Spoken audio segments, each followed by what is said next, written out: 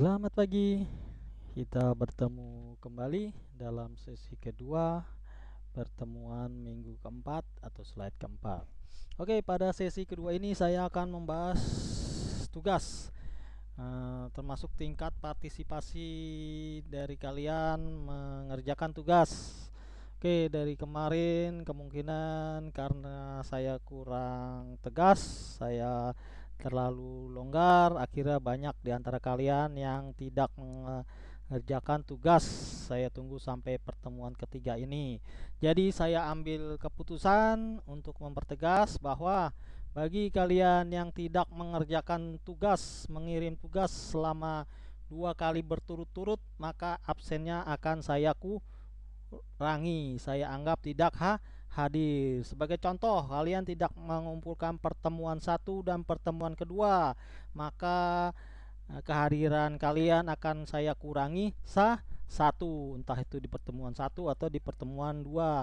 Kemudian kalian tidak mengerjakan lagi pertemuan ketiga dan pertemuan kedua, jadi berturut-turut pertemuan 2 dan 3 kalian tidak mengerjakan, maka absen kalian akan saya kurangi satu lagi, entah itu pertemuan ketiga atau pertemuan kedua. Karena kita sudah 3 periode dan banyak dari antara kalian yang tidak mengirim tugas, jadi saya ambil keputusan seperti ini. Dan untuk pertemuan selanjutnya, pertemuan 4 dan seterusnya, apabila kalian tidak mengumpulkan tugas, maka otomatis absen kalian akan saya anggap tidak hadir, karena percuma. Berarti kalian cuman absen, tidak menonton video, tidak melihat slide, tidak respon di chat, WA grup. Jadi mulai pertemuan keempat dan seterusnya, apabila kalian tidak mengirim tugas, mengupload tugas, maka absen kalian akan saya revisi. Bila kalian absen hadir, maka akan saya buat menjadi tidak hadir. Yang tadinya hijau akan saya buat menjadi merah karena kalian tidak mengirimkan tugas sampai waktu yang telah ditentukan. Oke, di sini saya akan memberi contoh bagaimana membaca neraca laporan keuangan. Di sini saya mempunyai publikasi dari Bank Permata tahun 2017. Di sini nama akun-akunnya mungkin kita tidak kenal ya. Kalau tadi kan Aktiva Lancar terdiri dari kas, persediaan, piutang, ya kan? Nah, kita cari ini persediaan mana? Nggak ada. Piutang mana? Nggak ada. Nah, tapi kita beruntung, rumus yang kita pelajari hanya mengenal likuiditas Aktiva Lancar, ya kan? Aktiva Lancar dibagi hutang lancar ya, kemampuan kas menutup hutang lancarnya. Nah, berarti di sini Aktiva Lancar kita cari. Ingat, seperti yang pernah kita bahas bahwa laporan keuangan disusun berurutan, dimulai dari yang paling liquid yaitu kas, makin ke bawah makin bawah berarti Aktiva Lancar posisinya ada di atas, dan makin ke bawah itulah adalah Aktiva tetap. Nah, ini kita lihat, waduh, bingung nih Pak, Aktiva Lancarnya mana nih Pak, Aktiva tetapnya mana Pak? Karena ini perbankan kan, saya juga bingung nih. Nah, gunakan pengetahuan yang telah kalian peroleh dari mata kuliah sebelumnya. Misalnya kalian lihat nih, Aktiva tetap perbedaannya apa sih sama Aktiva Lancar? Aktiva tetap pasti jumlahnya lebih mahal, lebih tinggi dari Aktiva Lancar. Itu yang pertama. Yang kedua apa? Aktiva tetap pasti ada penyusutan amortisasi. Nah, kita lihat nih yang ada amortisasi.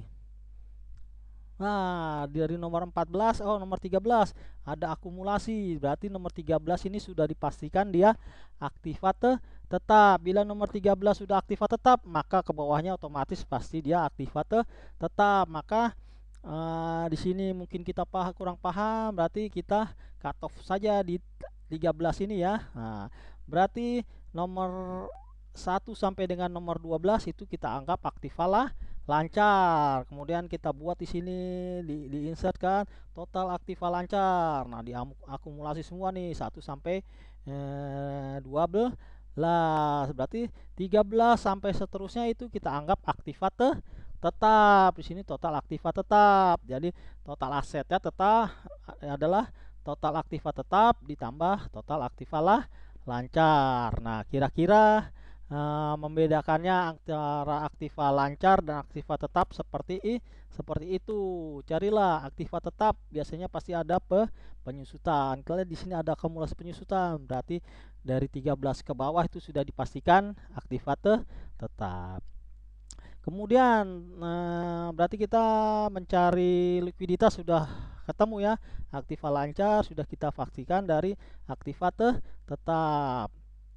Kemudian hutangnya gimana Pak? Liabilitas. Wah, liabilitas kewajiban.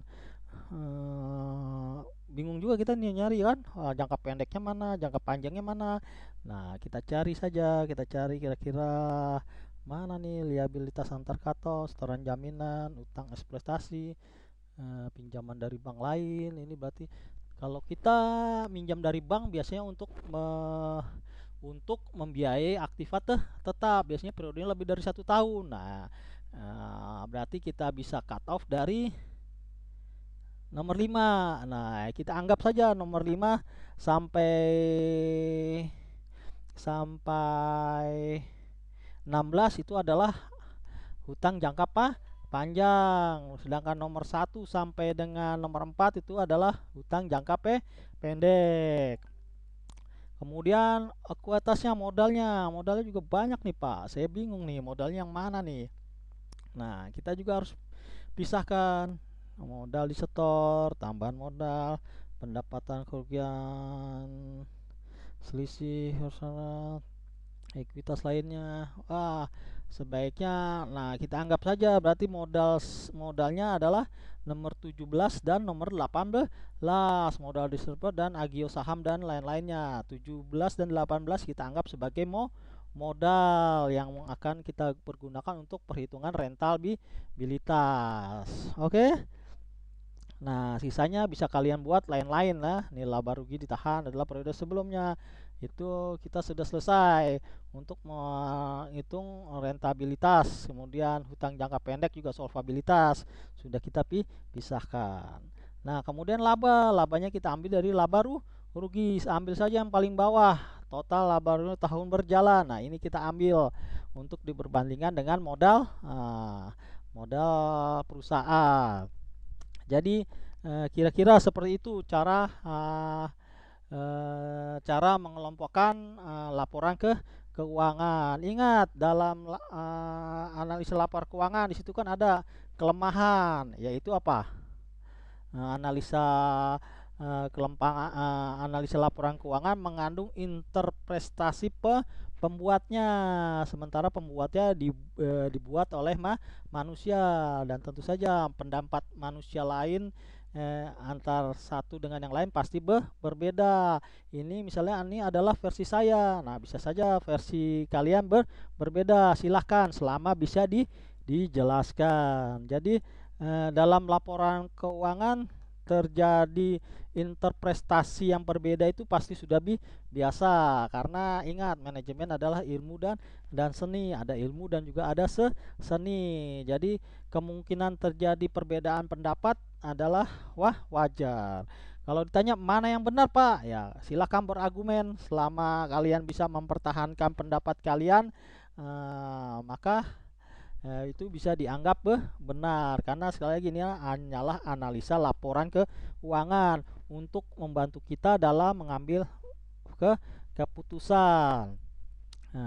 Nah, diingat di pertemuan pertama kan, kelemahan-kelemahan dari laporan keuangan merupakan interpretasi dari pembuatnya. Seperti kita lihat nih, antara ini Bank Permata dengan bank lain mungkin berbeda. Nama akun yang dipergunakan juga mungkin berbeda. Sama juga misalnya kalian perusahaan sejenis, belum tentu nama akun yang dipakai sama, cuman tetap harus ada aturan mainnya. Neraca disusun berdasarkan tingkat likuiditas, makin atas berarti dia makin liquid, kas, dan seterusnya. Posisinya juga aktiva lancar, aktiva tetap, hutang lancar, hutang jangka panjang, modal, laba ditahan. Susunan tersebut sudah baku, tinggal nama-nama akunnya, kemungkinan yang berbeda tergantung masing-masing pembuatnya. Oke, sampai di sini penjelasan saya. Untuk pertemuan keempat, kalian buat dalam versi video.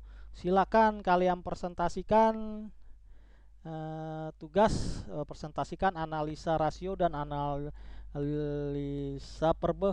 perbandingan seperti yang sudah saya jelaskan di penjelasan slide maupun pertemuan ketiga. Silakan kalian rangkum kembali, kalian perbaiki tugas pertemuan ketiga, kalian buat lagi perhitungannya. Setelah kalian mendengar penjelasan saya bagaimana mengelompokkan laporan keuangan berdasarkan contoh ini. Jadi karena yang dipakai hanya kas, ya kan, total aktiva lancar, total aktiva tetap. Nah, tampilkanlah hanya akun-akun yang dipakai untuk perhitungan. Kemudian nanti kalian jelaskan likuiditas 200% berarti kemampuan perusahaan untuk kalian buka slide kalian ya, misalnya ini kan. Nah, di sini ada laporan keuangan. Misalnya kalian ini kan analisa perbandingan kan. Nah, kalian hasilnya itu kalian buat video. Misalnya kas tahun 2009 sebesar 120% dari tahun 2008, atau kas 2009 naik sebesar 20% dari periode 2008. Selanjutnya kan bawah. Nah, untuk akun-akun apa saja silahkan sebebas-bebas kalian, mana yang ingin kalian hitung dalam analisa perbandingan, tapi analisa rasionya 3: likuiditas, solvabilitas, dan rentabilitas. Untuk analisa perbandingan itu akunnya dapat kalian pilih sendiri kan, mana yang mau kalian tampilkan. Bisa cukup 4 boleh Pak. Jadi langsung saja kalian buat aktiva lancar, aktiva tetap, kemudian total aktiva, kemudian di kreditnya hutang jangka pendek, hutang jangka panjang, kemudian total hutang, kemudian total modal, kemudian laba ditahan. Bisa laba ruginya cukup penjualan, langsung laba kotor, laba sebelum pajak, laba setelah bunga, laba setelah pajak, dan laba bersih. Jadi saya nantikan kreasi kalian berdasarkan apa yang kalian tangkap selama 4 pertemuan. Jadi ingat, tugasnya pertemuan keempat adalah dalam bentuk video, dalam bentuk presentasi kalian boleh upload di YouTube kalian boleh upload di Google Drive. Nanti silahkan copy linknya di upload tugas. Jadi ya, dalam pertemuan keempat yang kalian upload adalah link video tugas pertemuan keempat ya. Apabila kalian masih kurang paham, silahkan bertanya dalam WhatsApp ya, di grup WhatsApp. Sekali lagi saya ingatkan, jangan japri, karena masih ada kalian yang sudah japri nggak memperkenalkan nama, kelas apa, mata kuliah apa. Jadi saya juga bingung, ini siapa, tiba-tiba nanya. Jadi sebaiknya bertanya di dalam WA grup. Selama itu berkaitan dengan kuliah. Oke, terima kasih perhatiannya. Sampai bertemu di pertemuan kelima. Ingat, kerjakan tugasnya, upload linknya. Bila tidak, maka absen kalian akan saya hapus. Terima kasih. Sampai bertemu di pertemuan kelima. Salam.